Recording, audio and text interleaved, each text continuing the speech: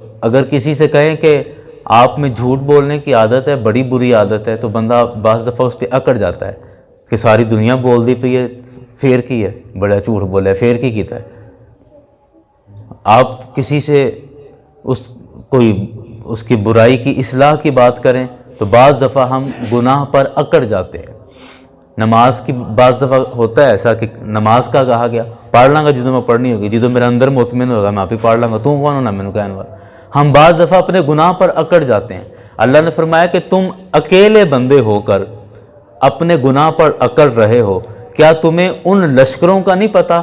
وہ فرعون جو پوری سلطنت پر حکومت کرنے والا تھا اور ہزاروں لاکھوں کی فوج جس کے پاس تھی، لیکن وہ اللہ کے سامنے اکڑا تو کیا ہوا اس کا کہ دریا کے اندر اس کو غرق کر دیا گیا اور بچنے کا موقع تک نہیں ملا اس کو۔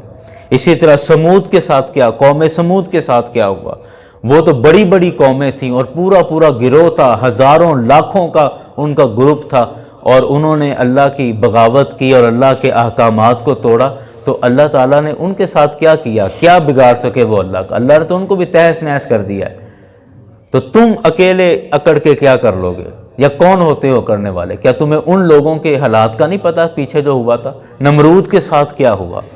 کتنا بڑا بادشاہ تھا، پوری دنیا پر حکومت کرنے والا تھا، اور ایک مچھر کے ذریعے اس کی موت واقع ہو گئی۔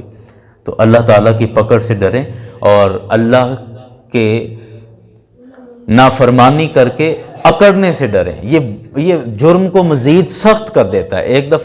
بعض دفعہ ایسا ہوتا ہے کہ بندے سے اگر گناہ ہوا لیکن اس گناہ کی شرمندگی دل میں محسوس ہو رہی ہے، اس کو احساس ہو رہا ہے کہ یار اے کیتا میں ماڑا ہے، غلط ہوا مجھ سے، ایسا نہیں ہونا چاہیے تھا، یہ کچھ اور بات ہے۔ اس طرح کرنے سے بڑی امید ہے کہ اللہ تعالیٰ معاف کر دے گا، کہ دل میں احساس موجود ہے۔ لیکن ایک گناہ کیا اور پھر اس پر اکڑ گئے کہ ہاں کیا ہے، پھر کیا ہوا؟ ساری دنیا کر رہی، میں نے کر لیا تو کیا؟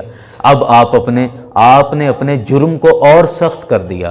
اب آپ نے گناہ نہیں کیا بلکہ آپ بغاوت پر اتر آئے ہیں۔ تو جب بغاوت پر اتریں گے تو پھر اللہ کا عذاب موجود ہے، اور اللہ تعالیٰ کے عذاب سے بڑے بڑے لوگ نہیں بچ سکتے، بڑی بڑی بادشاہیاں نہیں بچ سکی، تو پھر میں اور آپ کیا چیز ہیں؟ فرمایا بل الذین کفروا فی تکذیب، لیکن کافر لوگ ابھی تک اس کو جھٹلا رہے ہیں، ابھی تک ماننے کے لیے تیار نہیں ہیں، اور کافر لوگ ابھی بھی اللہ کا انکار کرتے ہیں۔ سارا کچھ پڑھنے سننے کے بعد بھی وہ اللہ تعالیٰ کی نافرمانیاں کرتے ہیں۔ واللہ من ورائہم محیط۔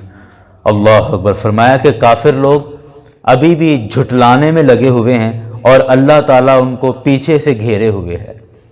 واللہ من ورائہم، اور اللہ ان کے پیچھے سے محیط، پورا اللہ نے ان کو گھیرا ڈالا ہوا ہے، یعنی اللہ تعالیٰ ان کو پورا اپنے احاطے میں لیے ہوئے ہے اور ان کو گھیرے ہوئے ہے پیچھے سے، اور وہ نادان آگے اللہ کی نافرمانیاں اور اللہ سے ٹکر لے رہے ہیں، اور جبکہ اللہ تعالیٰ نے ان کو مکمل گھیرا ہوا ہے، جب وہ چاہے جہاں چاہے ان کو پکڑ لے گا۔ بل ہوا قرآن مجید، بلکہ وہ عزت والی کتاب قرآن ہے، فی لوح محفوظ، جو لوح محفوظ پر ساری لکھی ہوئی ہے۔ انشاءاللہ اگلی جمعرات کو اور جمعے کو سورہ انشقاق جو سورت نمبر 83 ہے، اور اس کے بھی بڑے خوبصورت مضمون ہیں، انشاءاللہ بیان کیے جائیں گے۔ جمعرات اور جمعہ 2 دن اللہ پاک کی بارگاہ میں دعا ہے کہ اللہ تعالیٰ اس نیک عمل پہ ہم سب کو استقامت عطا فرمائے۔